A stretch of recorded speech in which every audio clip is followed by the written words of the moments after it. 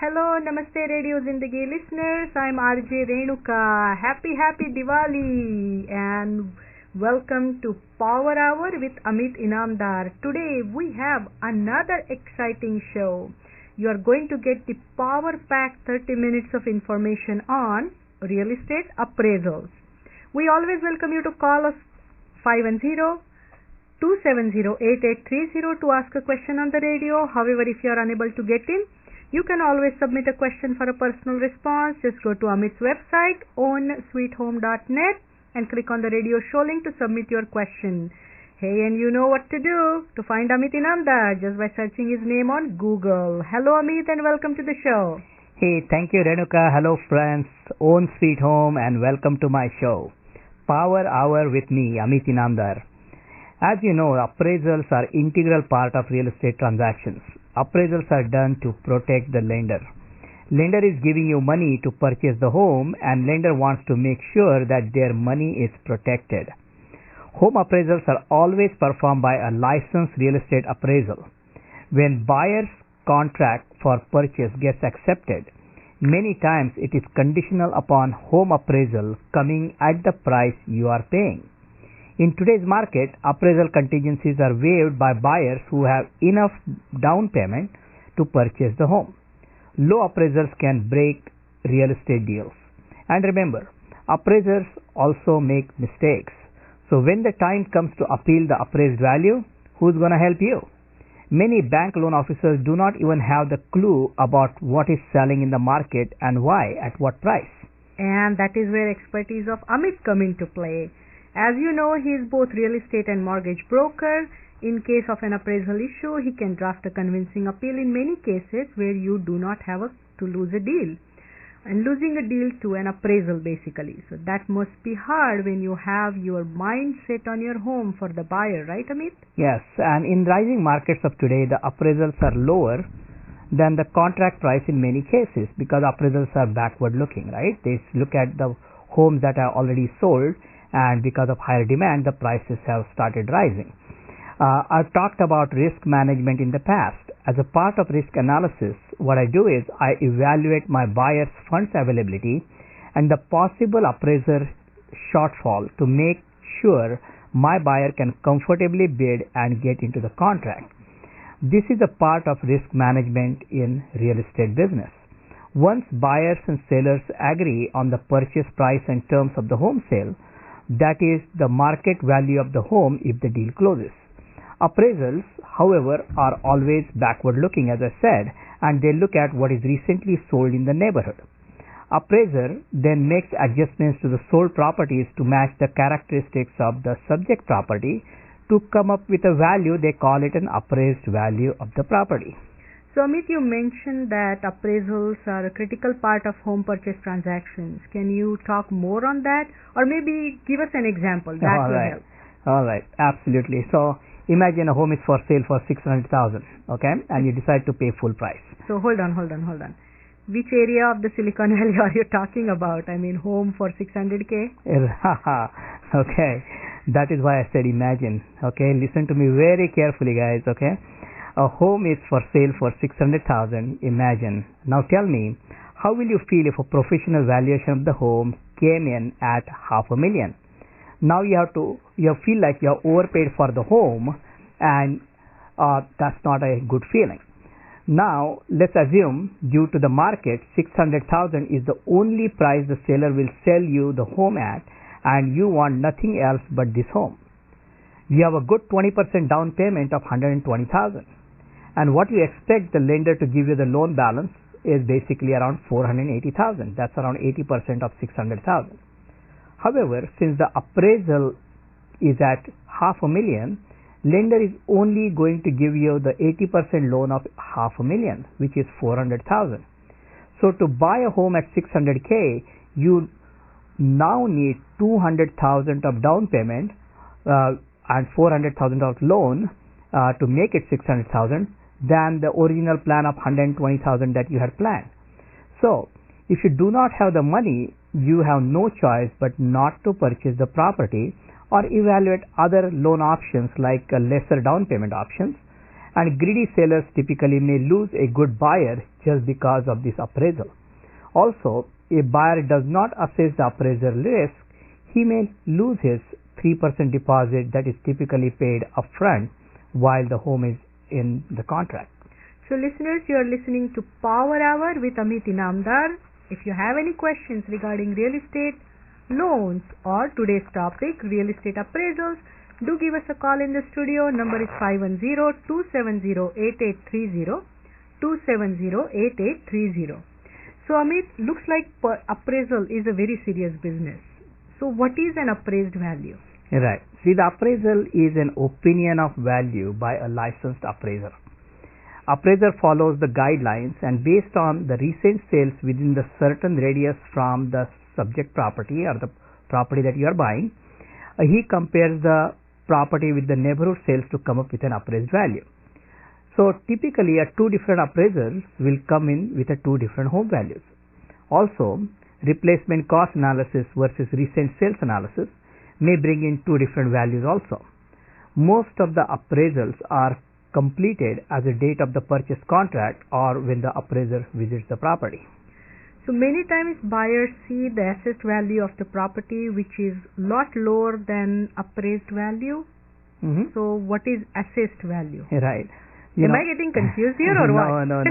You can get confused, Renuka. You know these things inside out, okay? It's the buyers who get confused because they are not in the market that long. Okay, so home has many values. Okay, listing price of the home is marketing value of the home. Okay, that's the price the house is marketed at. This does not mean the home will sell at that price. The price buyers and sellers agree on and the house closes at that value is called the market value of the home. Appraisals are done to protect the lender. So appraisals are backward looking, and appraised value is a result of the appraisal process.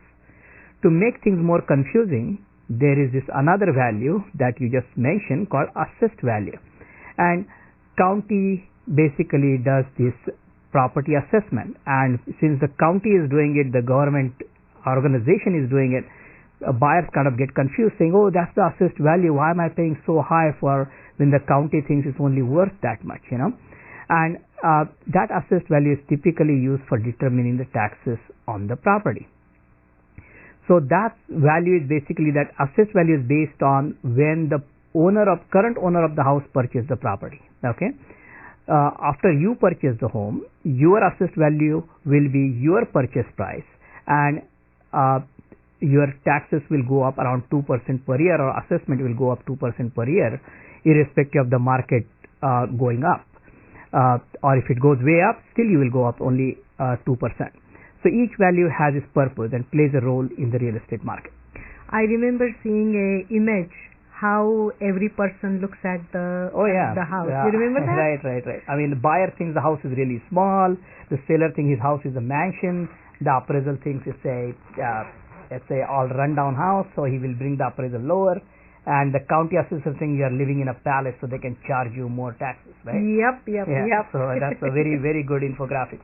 And if you want to see all those infographics and all the new things that happen in the market, go to my Facebook page for Own Sweet Home Realty and like the page, and you will see nice infographics as they come out, like why buyers buy, why sellers sell, what kind of loan programs buyers are using in the marketplace, how long the homes are staying, and which areas of the Bay Area are rising versus declining. I mean, all kinds of infographics get posted onto my Facebook page. So do visit it, like it, and send me a message or just send me a friend request. Either way will work.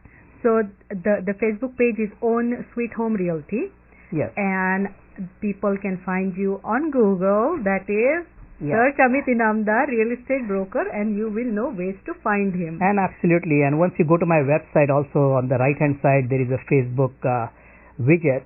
You can like through that widget also my Facebook page, right? Yes, sir. So Amit, what are the typical property features that affect the value of the property? Okay. First of all, let me tell you, I just had somebody come to my house and they said, oh, they want to buy a fixer-upper. And my first question was, how much money do they have? And he said he can put 20% down. And I said, if you really want to buy a fixer-upper, the lender is not going to give you a loan with 20% down. Lender is not going to put 80% of their money on a home that needs fixing.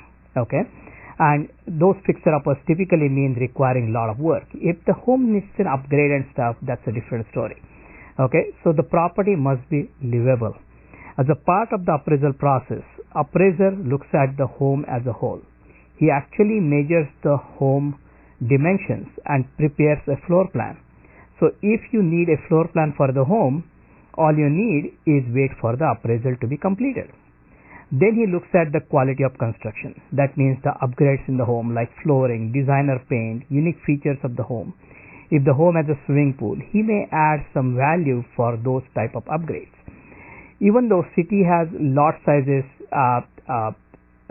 and they do not make much difference, he may add and subtract some amount for the lot size, and it doesn't make much of a difference. I can tell you, a lot of times people get excited about huge lot sizes in a particular community, but the appraiser doesn't add to that particular level. Okay, garages also have the values, right? So if you have a tandem garage versus side by side garage or a single car garage, everything is different. Okay, and square foot of the home gets valued based on the neighborhood sales. So if you want a higher appraisal, not only your home has to look good, but you also have to have a large size home. So the best upgrade you can do to your home is actually expand the square footage to get more value for your home. So to compare a 2000 square feet property, does appraiser have to have exactly 2000 square feet properties to compare? That would be nice, wouldn't it? But then his services may not be required, right? Because you exactly know how much a given particular model in the marketplace costs, right? So it's very difficult to find an identical property in the marketplace. Sometimes you even see two identical properties next door for sale, but from inside they look different. The feel is different. Okay, different buyer prefer different kind of looks or inside upgrades. So that's where the appraiser exercise comes into play. He may select properties that can be adjusted in value upward or downward based on the size. So even if you don't have exactly 2000 square feet, he may look at plus minus 200 square feet and adjust the square footage to match the subject property. Typically in real estate, the lower size homes sell at a higher per square foot rate, and higher home size sells at a lower per square feet rate. So for example, if a 1000 square feet home in Cupertino, for example, sells at 1.5 million, 2000 square feet doesn't sell at 3 million. It sells at maybe around 22.2 million, so it's not like a linear curve from that standpoint. So you have to always look at plus minus a couple hundred square feet to make that particular thing happen. Looks like we have a caller coming in, so let's see who that is. Hello, Own Sweet Home. This is Amit. Who am I talking to? Hi, Amit. This is Parag calling. Parag, how are you? I'm very well, and you? Good. How can I help? Yeah, actually, I was listening, your program. It's very interesting. Thank you for sharing all this information. Absolutely. So. Yeah, and I have a quick question because you are just now talking about appraisal and appraised value, right? Mm-hmm.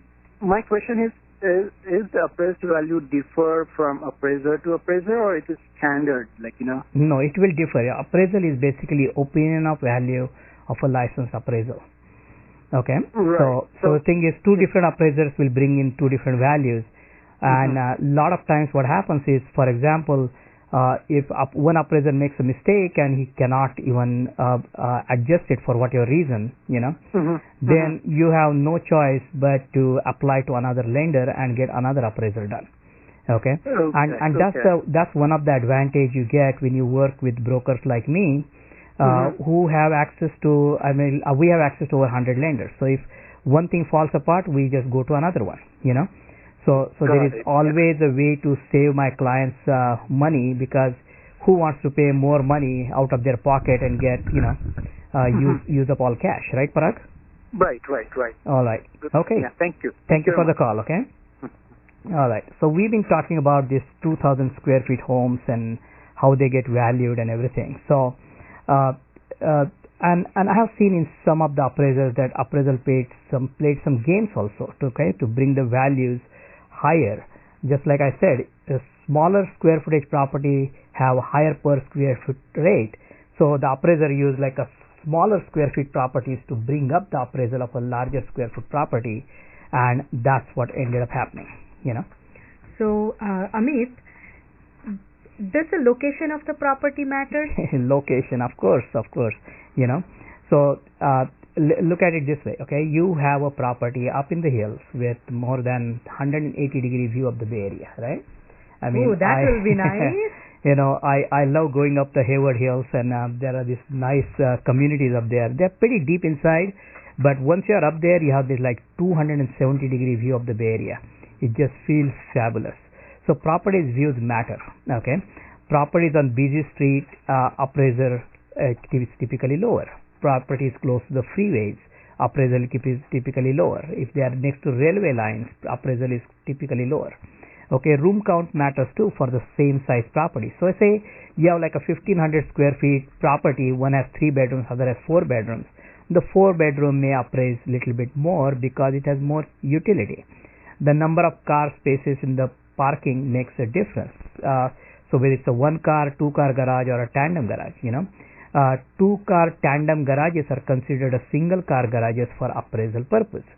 So even the timing of the appraisal matters. Okay, if you are active in the market and know the properties are selling at a certain price, however they have not completed the sale yet, you may have to wait for those properties to close before ordering the appraisal, so that appraisal will come in higher. And we had a similar situation happen about 3 months ago, right? Mm-hmm. In Ardenwood, we had to wait for a property to close so that our appraisal will come. So we actually did an appraisal almost 21 days into the loan process, which we typically end up doing early, but we had to wait for that property to close so that our appraisal came into the value, and then the loan process of course did close in 30 days as planned. Mm-hmm. But everything else was done except for the appraisal. So you really need to know where the market is.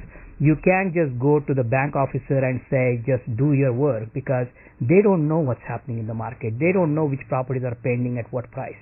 Okay, and that's where the advantage of working with someone who does loans and real estate together comes into play.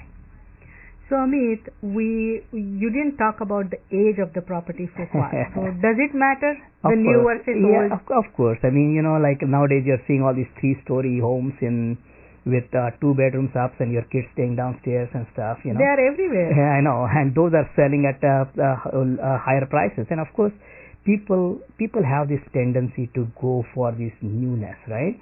But always remember, in real estate, the old is gold. It's the land that matters. Okay. I mean, we have people actually going all the way to say San Ramon for newer homes, right? And so the age of the property, of course, matters, and people will compromise on the commute distances and things just to be in a newer property. Yeah? And appraisers will also bring up the value of a newer home of a same square footage compared to an older home. Yes. Okay, that's really good to know. Yeah. So we will be right back after a short break. All right. Have you joined the Happily Ever After Club? Happily Ever After Club? Happily Ever After Club. Membership is automatic once you buy your dream home from Amit Inamdar. He's both real estate and mortgage broker. One stop, no need to shop. Oh, Amit Inamdar from Own Sweet Home. Yes, that's Amit from OWN Own Sweet Home. Call him today, 510-364-6686. Again, 510-364-6686. Or visit ownsweethome.net. That is OWNOwnSweetHome.net. Number 0135552 NMLS 236574. Welcome back, friends. This is Amit Inamdar, and if you are in the market to sell, buy or finance your home, you will get unbiased advice that will save you money, and that's my promise to you. I'll tell you, I mean, when people come to me to sell the home, I tell them whether they should buy another home first, whether they should sell current home first, okay, or vice versa. And I also tell them whether they have a chance to be a landlord, okay. Now, even giving them an option of becoming a landlord, I end up losing my commission, but that's not the interesting part for me, right? I mean, my interest is how you can make more money from your side. I and what's the best course of action for you based on your finances and family plans. Okay, so to get hold of me, just Google my name, Amit Inamdar, real estate broker, and you will know ways to find me. Having all your questions answered at one location and by one person means saving time, money, and having peace of mind that you are being cared for by someone like me who knows this business. Today we are talking about property appraisals. Yes, and if you have any questions regarding real estate loans or appraisals, do give us a call today in the studio, number 510-270-8830, 270-8830, and you are listening to Power Hour with Amit Inamdar. So Amit, you always talk about risk management. So when buyers are committing to $500,000 or $1 million mortgage, it is important to evaluate all risk factors. So however, to understand the impact of various factors, you must have a knowledge of the real estate buying process. So what are some of the basic understandings of the real estate business one needs, and where does one get that? All right. Okay. So you're kind of leading me right into it, right? Okay. It looks like we have a caller. So let's take that first, and then we'll answer that question. Okay. Hello, Own Sweet Home. This is Amit. How can I help? Hey, Amit. Thanks for your show. Who's this? I wanted to see, what do you think about the current market? If you are, what are the trends do you anticipate for the coming 6 months? Especially some people are also saying 2016 may be also a good time to buy versus right now there's a lot of rush going on. Even though it's November or December. Okay. But I would like to see what's your take on Yeah, this. absolutely. What's your name again? I'm Rahul. Rahul, okay. Thanks for the call and thanks for the question. First of all, I would strongly suggest that you go to my website, and there is a video on 2014 market predictions. Now I'm talking about 2014 market predictions, okay? This is 2015 and you're asking about 2016 and all that, okay? Yeah. But the concepts that I describe in that particular video are so good and so to the point, okay, that going forward, the numbers that I'm actually referring to in that video, they are still favorable for Santa Clara, Alameda, and Contra Costa counties. They are not favorable for San Mateo and San Francisco counties. Those counties have already kind of reached their peak values, in my opinion, okay? But you still have an upside into these other three counties that I mentioned, Santa Clara, Alameda, and Contra Costa. The rates may be on the rise, and I will tell you, if the rates go to 5%, this market has nowhere to go, because a median price borrower will not be able to price a median priced home, and which is the case for many neighborhoods already. But you will see that becoming like a general phenomena across the board. And last year, or actually this year, every time the rates inched up to 5%, they dropped down to closer to 4% or even below 4% in recent months. So, and with the Feds increasing the rates, and if they go up, you are going to see some slowdown in the market. But at the same time, there is a lot of money, okay? And let me tell you, the inflated money will buy inflated assets, and this money is coming from all these stock options, RSUs, and people's down payment going up and everything. And interestingly enough, most of the lenders will not consider RSUs for their loan qualification. However, I have like two lenders who will consider RSU income as a regular income where people can qualify for a bigger home. So lenders are coming up with a newer and newer programs to match what's happening in the marketplace and where the other buyers are. So you will see some uptick in the marketplace until 2016, and it again hinges on the interest rates. So one follow-up question. I will go and check your video for sure. All right. Okay. We have almost 2 minutes remaining. So could you call me after the show? Okay. Okay. Thank you, Rahul. Bye. So, Amit, you want to talk about your first-time home buyer webinar? All right. Okay. So you mentioned about where does the buyer get the knowledge about the process, that various factors for risk management, right? All right. And so I have this first-time home buyer webinar on my website, and buyers can access this webinar for free. Okay. It is going to educate you and also answer critical questions like how much you can afford. I mean, I'm going to show you the tools that tell you how much you can afford. How does a $4,000 payment on home mortgage, property taxes, and insurance is better than $2,000 in rent? How long do I own the home?